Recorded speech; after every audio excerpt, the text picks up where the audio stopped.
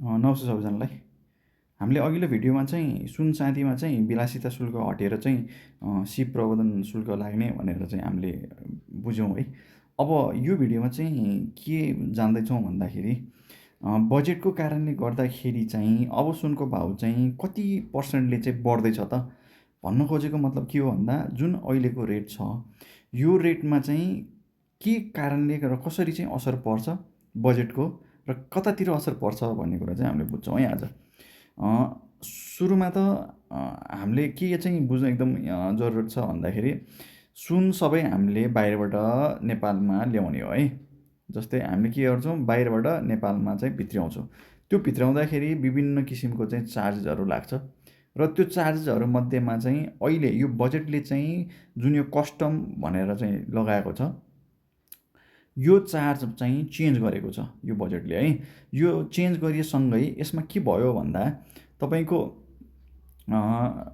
अहिले चाहिँ लगभग 10% चाहिँ रेटमा चाहिँ कस्टम ड्युटी लागिरहेको छ। त्यो भने अब 2083-84बाट चाहिँ कति पर्सेन्ट लाग्छ भन्दाखेरि यहाँ हेर्न सक्नुहुन्छ, यो 71.6 र हजुरको यो 71.08 है।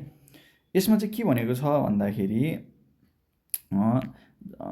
सुन अथवा चाँदी है, सुन अथवा चाँदीको लागि चाहिँ कति लगाउने भने चाहिँ 20%, लास्ट टाइम थियो 10%, अहिले बढेर कति भयो 20%, 100%को चाहिँ इन्क्रिज हुन पुगेको छ भने त्यस्तै सुन है।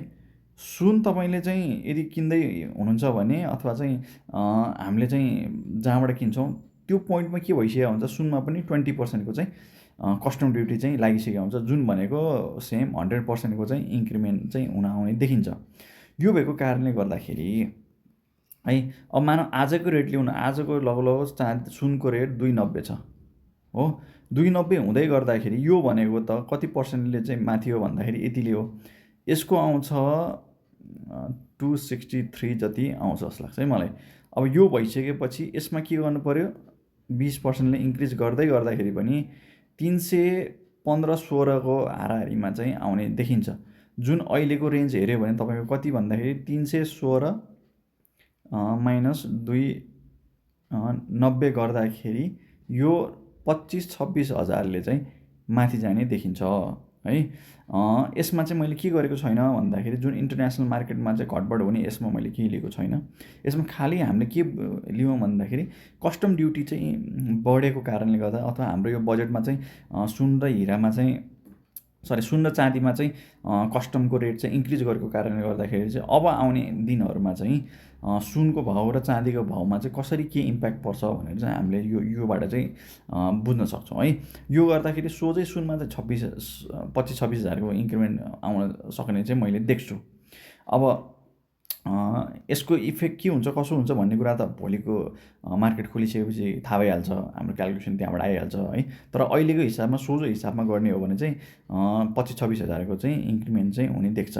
मेजर चेन्ज के भयो भन्दाखेरि 2%को लग्जरी फी लागेन है, त्यसको ठाउँमा चाहिँ 0.5%को चाहिँ फी लाग्यो र 10%को चाहिँ कस्टम ड्युटीबाट बढाएर चाहिँ तपाईँको 20% चाहिँ कस्टम ड्युटी हुने भयो।